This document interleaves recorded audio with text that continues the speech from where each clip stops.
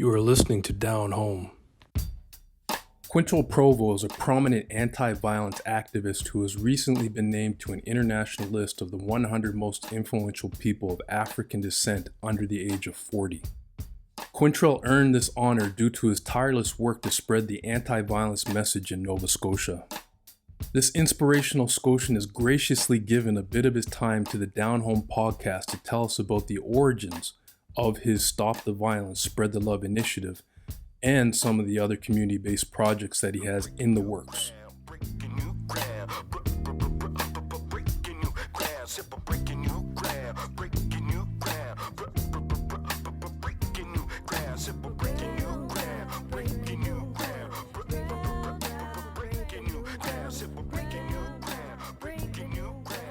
Welcome to Down Home, the Nova Scotian experience from two Black men. I'm Derek Wise, and as always, we have Jay Jones. What's happening? And our guest this podcast is Quentrel Provo. What's up, Quentrel? What's up, guys? Good. What's happening, man? Thank you for sharing your time with us. This is awesome, man. So talk about the origins of the Stop the Violence, Spread the Love initiative. It started 9 years ago after losing a close cousin and friend to violence, Kaylin, and basically going through that hurt and pain and anger and just every emotion possible that I had at that moment.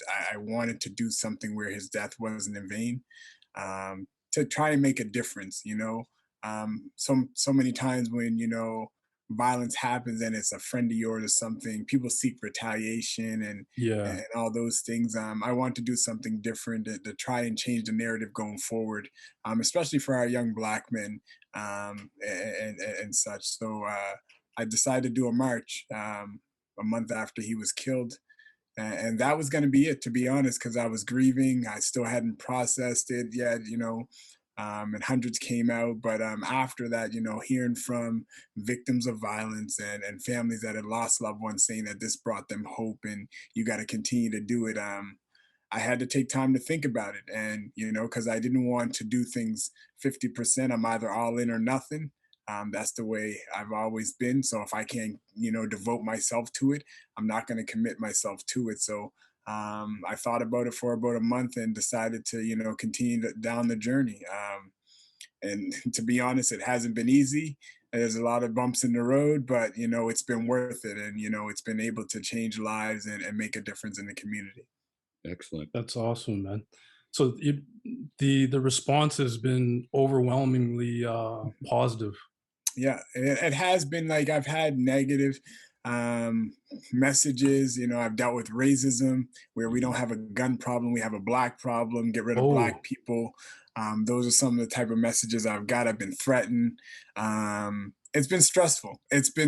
You're doing something positive and you think you're doing something, good for the community, but there's always going to be people. And I had to get to that point where, you have to understand that not everyone's going to like what you do. Not everyone's going to be for you. And you're going to have thick skin to kind of press on and stay focused and such, and know who's in your corner and who's always going to be in your corner. But I got to say, my faith in God has been, my rock, to be honest.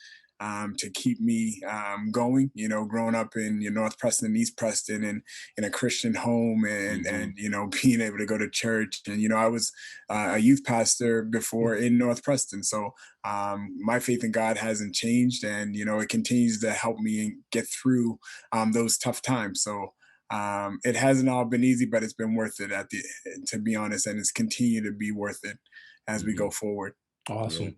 Yeah, talking about positivity, from your viewpoint, what type of changes have you seen after the summer of protests that we had last year in 2020? Have you seen any tangible changes? There's been little changes, but people are still working on that change.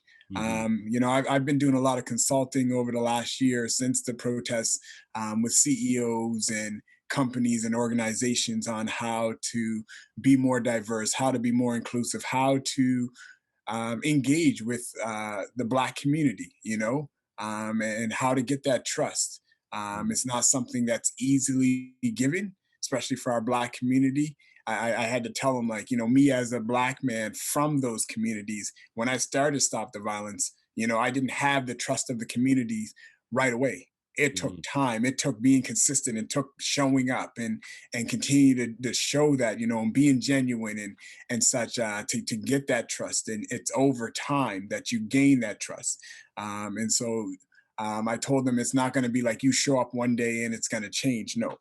But there has been like some changes, but not really. Like, I'm still being followed in Sobeys and Superstore. I'm still being pulled over by police, even though I, have sat on a cultural panel for HRP and RCMP over the last, year or so. It's just the life of being a Black man. It's tough. I bought a new Mercedes back in September, and I've already been pulled over 5 times. No warnings, no tickets, or whatever. But you see a Black man driving a Mercedes. Um, it is what it is, and Mhm. it's getting frustrating because you see everything that's been happening down, below the border, and you see things that are happening here in Canada as well, and it's been brought to the forefront. And you would Mhm. think that people would just constantly change and everything. We had a police apology in 2019, and it hasn't really changed much. And Mhm. so um, seeing that, like, people are talking now more about the changes, Yeah. but you got to be more about doing, and that's Yeah. where it's at. And people don't understand that this change is not something that's going to be able to change overnight or in the first year or second year. This is decades, Yeah. Oh, centuries of yeah. our of what we've been through as Black people. You know what I It, mean? It's not Mhm. going to take a couple years to change this. You know what I mean? In the no. True. education system, in the justice system, and the change has to start at the foundation. Yeah. It has to start at the foundation, especially in the justice system and education system, where these systems weren't built for Black people. Yeah. So if that change doesn't happen, we're going to continue to have these issues. We're going to continue to to to go through this. And the most frustrating part about last year and the protests is, for me, was Black people been speaking up for years. We've Mhm. been protesting for years, and it took the validation of the privilege for people to see that this was an issue. Yeah. Mhm. And Yeah. that was really frustrating for me. You Mhm. know what I Mhm. mean? The reason why, George Floyd's death hit around the world was because the world was at a standstill. There was no baseball on, no basketball, Yeah. no sports to watch. And we were in a pandemic. Everyone's trying to figure out that. And that was the only thing on TV. Yeah. Mhm. Less You know, distractions. Exactly, and, Yeah. and that's why it was brought to the forefront, and it was so frustrating that when people of privilege, white people, said, "Oh, we really have an issue here." It's Mm. now okay. It's validated now. You know what I Yeah. Mhm. mean? Like, we've been speaking up, we've been protesting. And what about Philando Castile? We watched Ah. it. Yeah. Yeah. Yeah. Yeah. Yeah. Yeah. We heard Yeah. about the Sandra Bland. We watched the Trayvon Martin trial, which was big. Mm. All Yeah. these things. This is not the first one, and that's why when people were talking about it, they were acting as if George Floyd was the first. Mm. Yeah. Yeah. And I Yeah. was like, no, it wasn't the first. It's been many, and so um, it was really frustrating, and I don't see much change. And I said that in a post, a month after George Floyd thing died down. I said, now that things have died down, now that it's not a hashtag, now that it's not trending, now that it's not in the media, what are you doing at home and behind the scenes Yeah. to Mhm. prevent this from happening? And then what did we see? Jacob Blake. Yeah. Yeah. I Yeah. know. Yeah. And so that's the frustrating. Now, who are we going to wait for the next one? And then right after, George Floyd's killer was found guilty, we had Dante. Dante, You know, right? Yeah. Dante right? You know what I Rice. mean? Yeah. So it's a cycle that continues to happen. People talk about it now. We're not talking about it much. We're waiting. People are waiting for the next one to jump on. Oh, this is not right. Poster, Well, things on social media. But what are you doing to yeah. Mm. change that narrative going forward? It can start at your house. You educating your kids. And like, I remember when the protests were going on and they were talking, when I was speaking, and people were saying, well, it's uncomfortable. People of privilege were saying it's uncomfortable to have these Yeah. conversations and stuff. And I was like, imagine being a Black person, being uncomfortable every day, Yeah. being uncomfortable when you go shopping, being uncomfortable while you're driving. You know, I had to have that conversation with my 10-year-old, well, he was 9 at the time, about the George Floyd killing that he's seen on TikTok. Yeah. All these kids I know. Huh? Yeah. seeing that and the trauma. People don't understand the trauma. I was telling employers, check in on your Black employees because this is not okay. Mm-hmm. And that's what made me actually, you know, so frustrated with my employer at the time, you know, when we had the Nova Scotia shooting, mass shooting. Yeah. You know, my Yeah. employer, you know, sent out a, you know, a message, an email basically on, you know, well, you know, we got counselors, we're going to bring all this in for the Nova Scotia employees and everything. And we had all that, Mm-hmm. right? We had counselors on deck, deputy minister speaking, everything. Then Yeah. when George Floyd happened, they said nothing. Yeah. It was nothing. There was no counselors. You got Black employees. There was nothing. And so I wrote to my boss and went off, you know, about that. And then, you know, you get a email from the deputy minister talking about it, but it was really vague.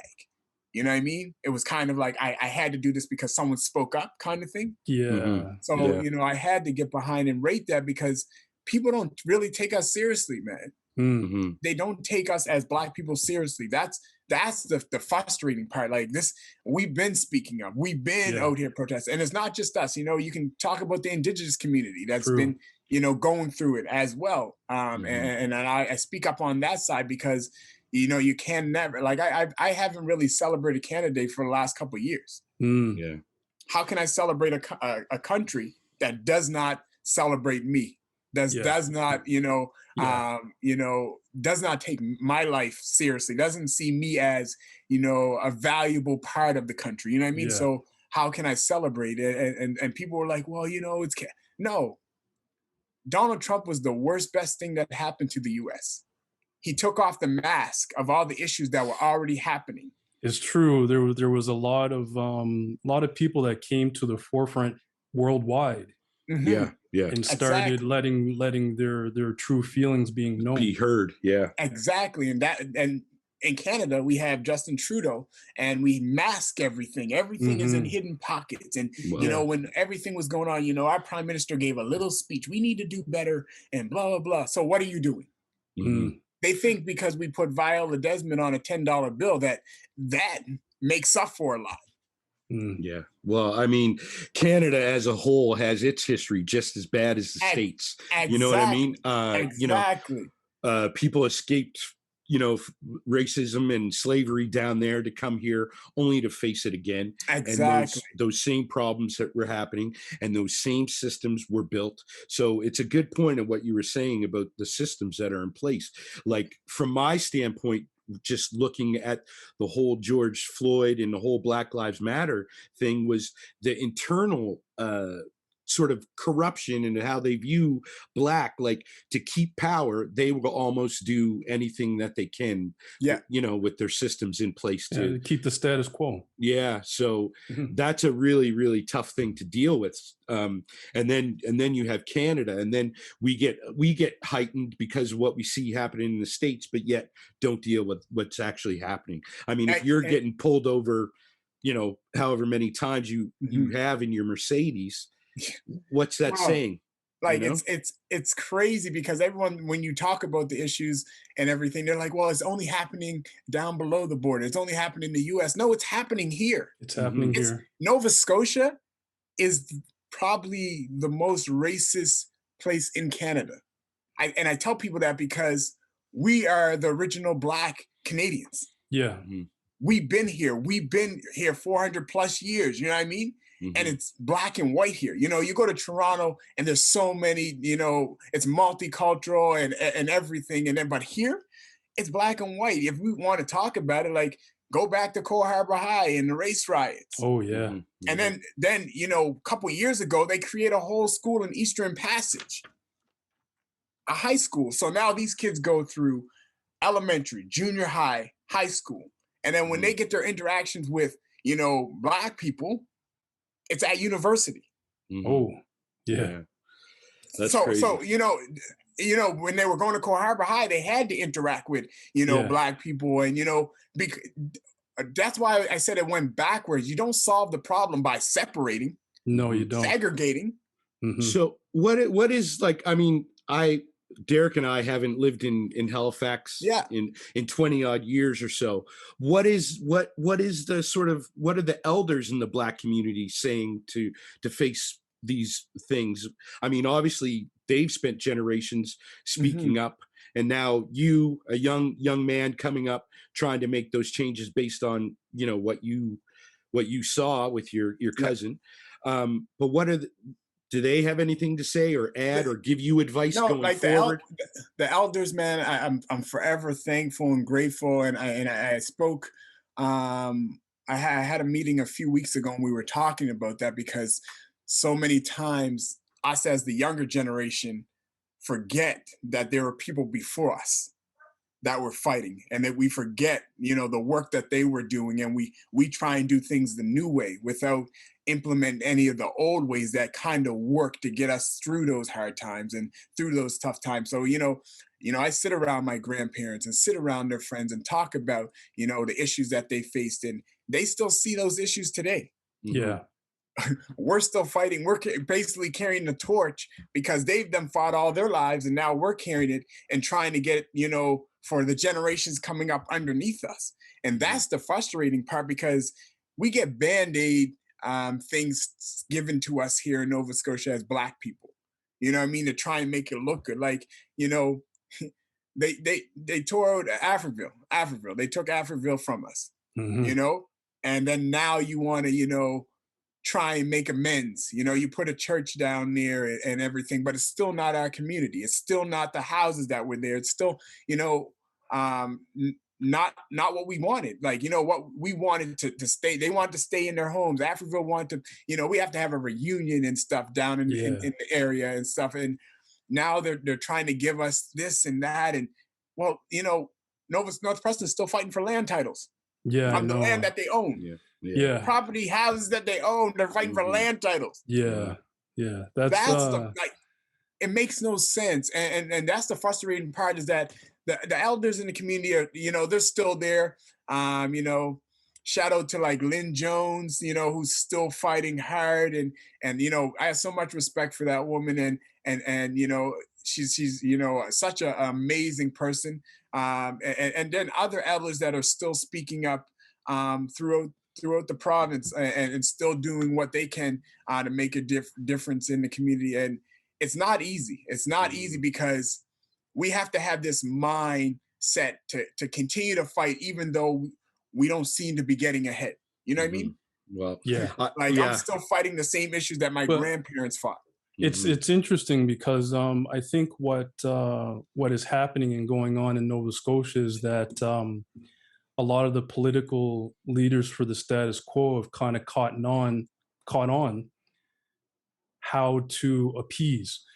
And what I mean by that is I draw the example of because we had Elle Jones on, and she's part of this commission to study the concept of defunding the police.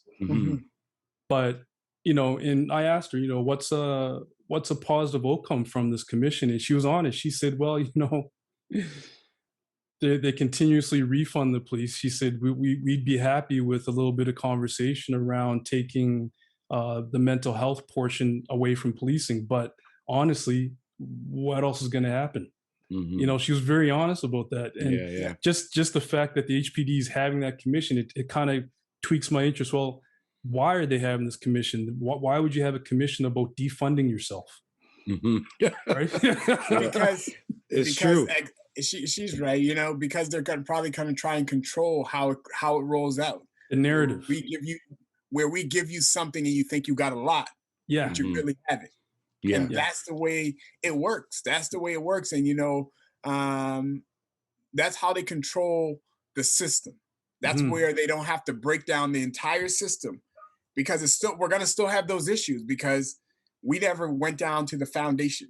If a system's not built for you, how is it going to work for you? You can start adding things and trying to do things at the top, but it's eventually going to still affect those people that it's affecting. Yeah, it's you know what I mean, and that's the thing about it. If you don't start from the ground up, I'm grassroots for a reason, because I know it starts at the bottom. And Yeah. if that's why, when I started Stop the Violence, I knew that a single march or doing a march was not going to stop the violence. But I figured out, okay, well, let me, get into the schools. Let me get to the kids before they get to making those decisions. Because once they're already at that point, they're already down that road, they're already picked up a gun, it's hard to get them back because they're not listening to those in their trusted circle. Mm-hmm. Yeah. So that's why I said my focus is going to be on the foundation of the generation. That's why I knew change was not going to, I didn't start to see the change within Stop the Violence until 5 and year 6 and year 7. That's when I started to see little changes, because those kids that I started at year 1 and year 2 and year 3, now they're growing up, they're going to high school, they're going to university, and it's kind of filtering things out. If we don't start at the bottom, none of these systems are going to change. None of the things that we're experiencing are going to change if it doesn't break down the system from the foundation. True. Very true. Very true. Now, so you're working with youth a lot and stuff like that. What kind of through your initiative, what kind of new projects do you have coming up that sort of keeps the same vision alive? So the new project, actually, I wanted to do 2 of them last year. They were supposed to roll last year. One of them I've been working on for a while. It's a youth talk show called That's What's Up. Okay. Basically giving youth a platform to talk about their issues, what they're facing, also highlight them academically and athletically, give them a platform to perform through song, poetry, dance.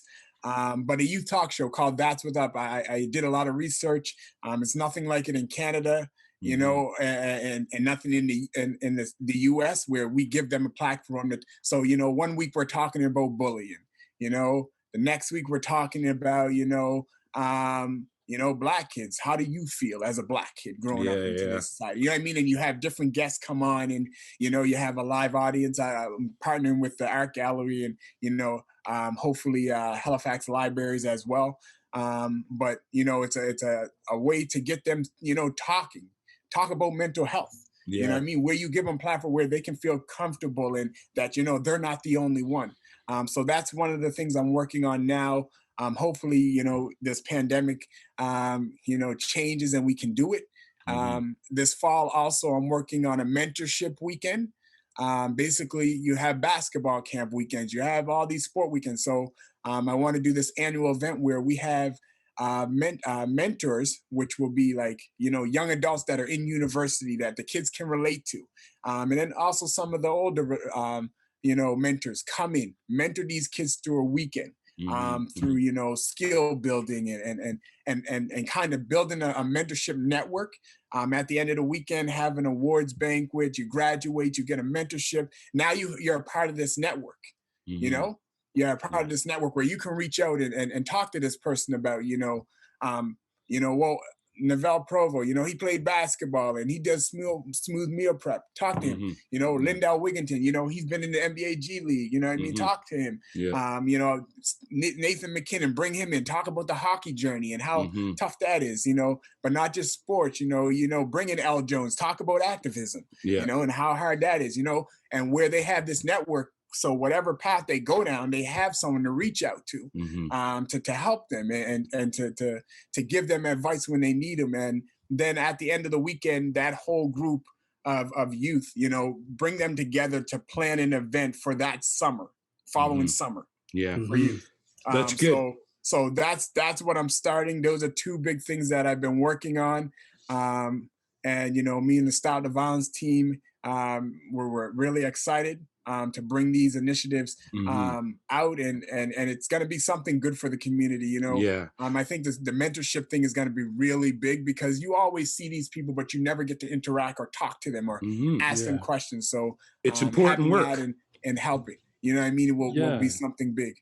My son's going off to university, and we're trying to impress upon him. He's going to Queens, and we're trying to impress upon him that the support systems that a lot of the people that are around him in his university classes, he has us, he has his parents, but a lot of these kids that he's around, they have not only the privilege of money, but they have the privilege of not having to have a part-time job. They have the privilege of Ex- connections, Yeah. right? Yeah. yeah. These are things that I'm trying to impress upon them. So what you're trying to do is trying to build that network. It's that's Yeah. awesome. That's awesome work, man. Thank you Yeah, very much. I thought about it for a long time. Like I was like, what can I do where it can help the youth and they have someone to reach out to? Because a lot of youth reach out to me. A lot of people reach out to me, ask questions, but I don't have all the answers. I'm not in these fields and such. But if I can create a network where the youth can reach back and then eventually they come mentors for the same Yeah. thing that they went through. That's what I want. It's a cycle. You give back through that, and you can that's your volunteer hours that you need, and such for your resume. And if you want to build your resume and you need help, reach back. We got Yeah. people that can do it. You know what I mean? So give them that platform, because as Black kids, like when I went to university, I had to work a part-time job. I didn't have that benefit of not working and just focusing on schoolwork. And that's Yeah. what a lot of our kids have to do to get through school. Yeah. Work. And their support system is only their family. So doing this network thing, this mentorship network thing, I think it's going to be a big thing for the community. So I'm just working right now on funding for it, trying to get donors. I got a couple on board that want to just fund it, where the youth doesn't have to pay nothing. And I got a couple of hotels that want me to host it at their hotel, the first one. And I'm like, so what are you going to give me for the rooms? If you give me the best rate, where I can the sponsors pay for the rooms for the weekend, what I mean? I'm going to do it because I want these kids. I always try and do my Stop the Violence initiatives where it costs nothing for anyone. Yeah. You know what I mean? So many people think that it takes so much money for change. But I don't like putting a price on things, where kids have to pay to come, what I mean, to get help.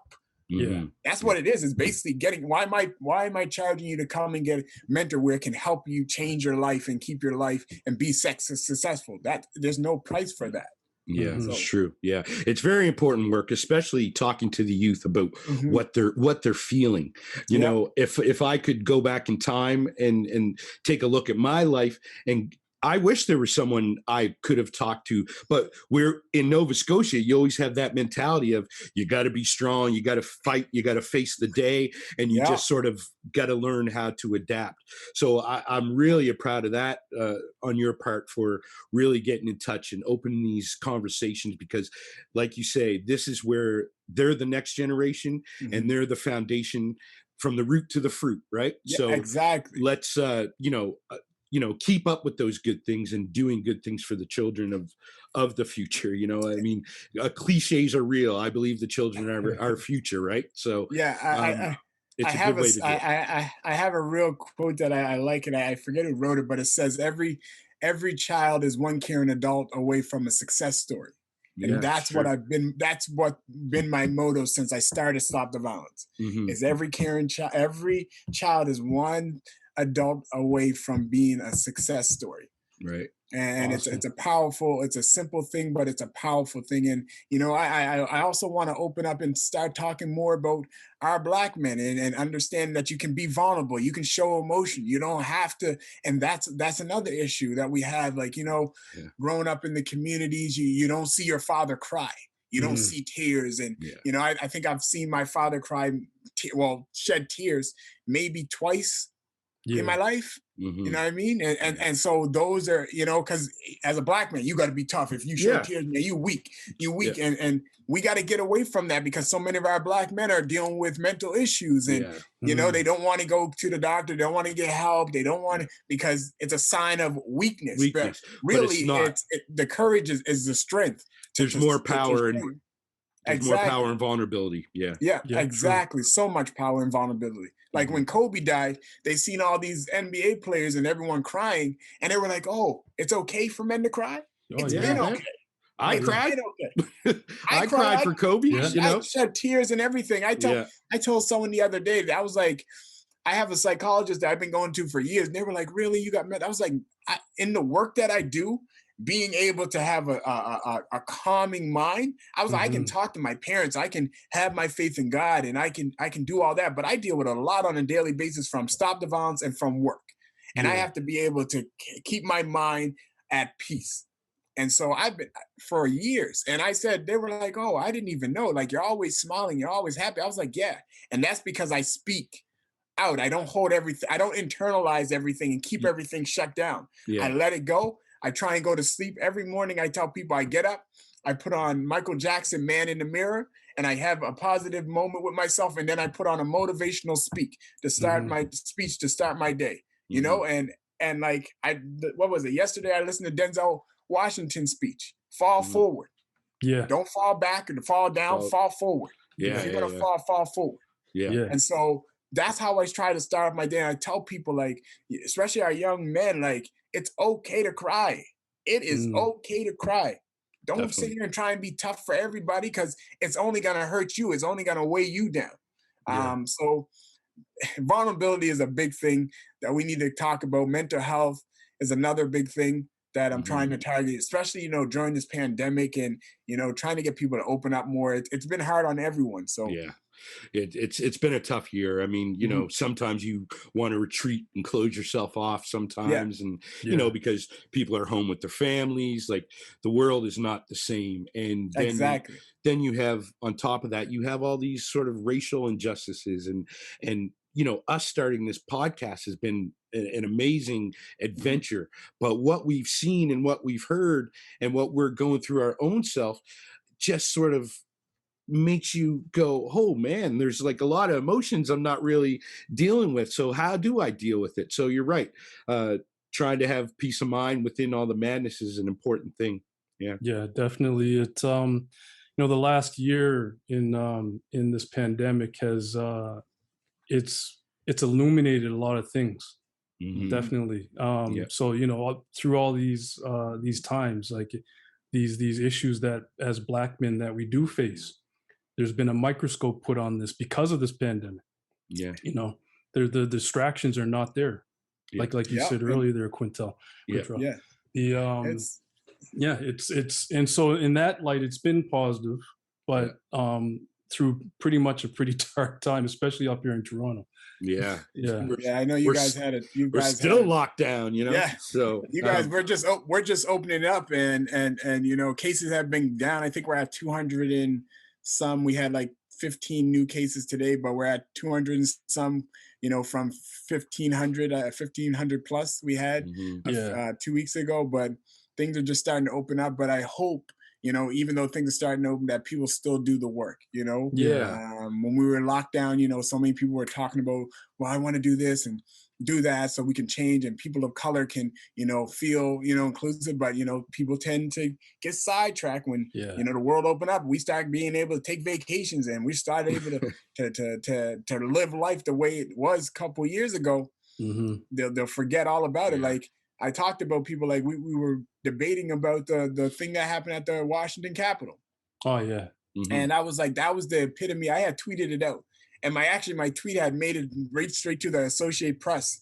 And I said, this is the epitome of white privilege, where I've been to Washington a few times. You know how hard it is to get to the U.S. Capitol? Oh, it's hard. It's tough. The security is really high. Yeah. They not only got to the Capitol, was invited in. Yeah. There was a cop that opened up the barrier. Exactly. It was like, come on, come right in. Yeah. And it was crazy to see that, because I said, Black people are shot protesting. Yeah. People are going outraged because we're rioting and we're burning buildings and all this stuff. And I said to him, you should be happy that Black people are burning structures and not seeking revenge on police and shooting back at police. Yeah. After everything that we've been through, slavery, you know, the police brutality, all that stuff that we continue to go through. The worst we've done is burn a building. Yeah. I mean, the one thing the pandemic has also shown, going through a presidential election, was especially from the American standpoint, is how much of a divide there is in that country. Like, you know, it could have been on the verge of civil war if Donald Trump stayed in, but just that, you know, 70 million people still voted for exactly for 70 him. million still after So everything he did. yeah, so but that just goes to show you that old school, that old set of values, mentality that is still there, and that's what's scary.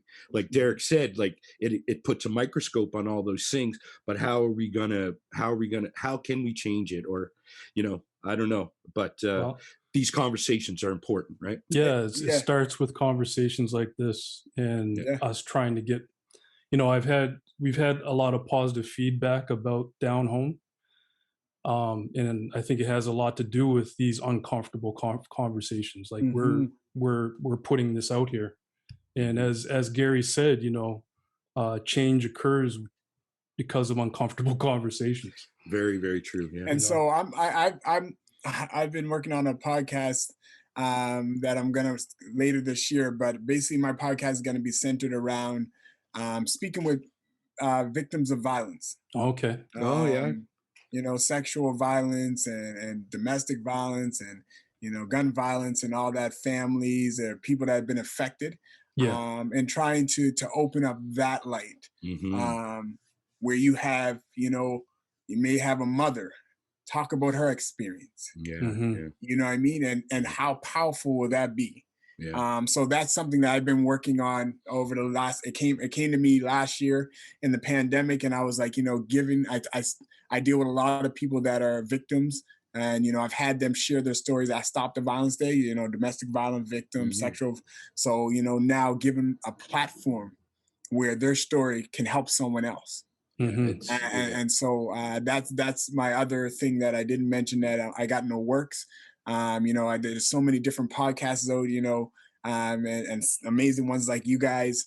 But I wanted to do something where it's in a field that I work in, dealing with violence, and something different. So having that and being able to do that, like you'll have people on there talking about how they feel, Yeah. Yeah. and the emotion and seeing that. And I want to keep it real where the tears come. If you cry, you cry, Of course. Yeah. it's emotion. It's not easy, but talk about it. You have, a young lady was talking to me the other day about what she went through. And I was like, and she just got a guilty verdict on the gentleman. And it's crazy. Some of these Hmm. stories that I hear that are happening right here in Halifax, or, Yeah. what I mean? It's just like, wow, like, it's crazy, but just giving that platform to make their messages and heard, so that we can stop things going forward. If people hear it and they're moved by it, and they understand, maybe it'll change some hearts and change some minds. Yeah, I Oh, mean, we awesome. really need to sort of start connecting in that way as Mhm. well, because trauma is real, generational trauma, Yeah. especially Black communities. They go through generational trauma, not only in their families, just because of the way the system views us. Yeah. The representation of what's not in the school curriculum. Mhm. Young kids coming up don't know much about their history, and they learn it through their elders Exactly. and different things like that. But these are important conversations, man. I'm really glad you're doing that. I'm an emotional guy as well. I'm very sensitive. I have no Yeah. problem stating that whatsoever. I'm more comfortable with it than I ever have Yeah. been. When I was young, I wasn't so much. I used to suppress a Yeah. lot. So a lot of things can come out of these conversations that you Yeah. have. It can give people release. It can give Exactly. people someone to talk to, because a Yep. lot of the time people think they're alone when they're not. So, even Derek and I, we've been friends since we were 8 years old. And we've been having conversations about our life and our upbringing, and we're learning stuff about each other Mhm. that we didn't know. But it just goes to show you what we do to sort of try to hide things, or just sort of stand up and be strong in the face of adversity. Nothing wrong with that, because that's just a natural way of being. But it can take its toll on you if you don't have the right outlet or Yeah. deal with it in the right way. You're Well, right. yeah, we try to present an outward image of Yeah. what we think we need to be. Yeah. And sometimes that's good, sometimes it's bad, but we really do have to break down those types of barriers and have these conversations. And Quentrel, thank you very much. This has been an Yeah. awesome conversation, man. It's we've been kind of following you on social media, Yeah. This is why Jay reached out and saw if, Oh yeah. kind of see if you wanted to take part of the Down Home podcast, man. Oh yes, I wanted to. It's an amazing podcast. I before you guys reached out, I had already checked out a few. So Oh, cool. um, Yeah. and I was like, this is something that is good for the culture for us and for the people. So Yeah. always good to support. Yeah. Awesome, man. Awesome. Yeah. Jay Jones, take us home, man. For sure.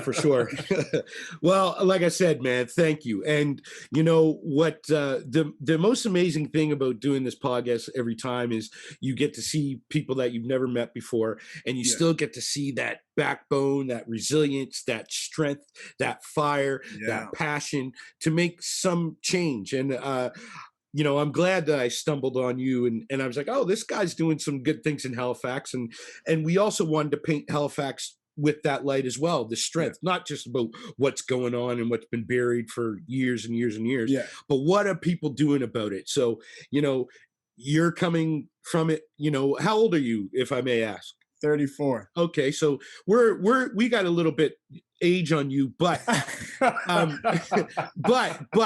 that being said, what I mean by that is just the fact that you're a little bit younger than us, but you're still doing something for the younger generations to come. And out of something tragic has come a positive thing for you, and I hope you continue your work and keep being that light, especially to the children and the community. So thank you. I'm Awesome. done. No problem. Thank you guys for having me. I'll leave it on this. I tell people all the time, every time I speak, if you feel discouraged, put your hand on your heart. And if you feel your heartbeat, that means that you have purpose and you're here for a reason. Yeah. Don't forget it and make the best of it. Yeah. Journeys are going to have bumps in the road, but this is a journey that I'm on that I never thought I was going to be on. I wanted to go to law school, wanted to do that, but then tragedy happened and took me down this road, and I had to make the best of this road. And that's what I've been doing, just trying to make the best. I'm learning. I'm constantly learning. People call me like, you're an anti-violence activist, you're an expert. I was like, no, I'm no expert. I'm constantly learning. I try and be the dumbest person in the room when I go into rooms because I want to soak up stuff from everybody. And try and apply it to my life in my way. And so just be the best version of yourself in whatever you do. But thank you guys for having me. Thank you for the great conversation on my Saturday afternoon. Yeah, man. I'm appreciative of that. You got me fired up. It's the weekend. Yeah. Awesome. Well, enjoy yourself, man, and take care of yourself too. Okay. Yeah. Thank you. Breaking new ground. Breaking new ground.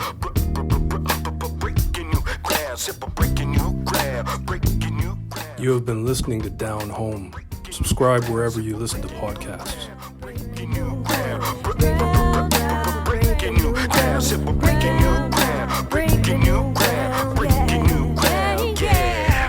On a high plateau, from the one down below to the future of the funk, getting lost in the flow. Contact with the spark magex. Now it's time to flex with the force from the song Breaking New Ground from The Breakdown. Laying it all on the line, new trail start to blaze. It's a fire inside, a brand new path, breaking down the sum to one. Feeling free, I just laugh with the joy of a beat boy, just kicking it live. A connection so strong, transcribed with the vibe like magic prescribed.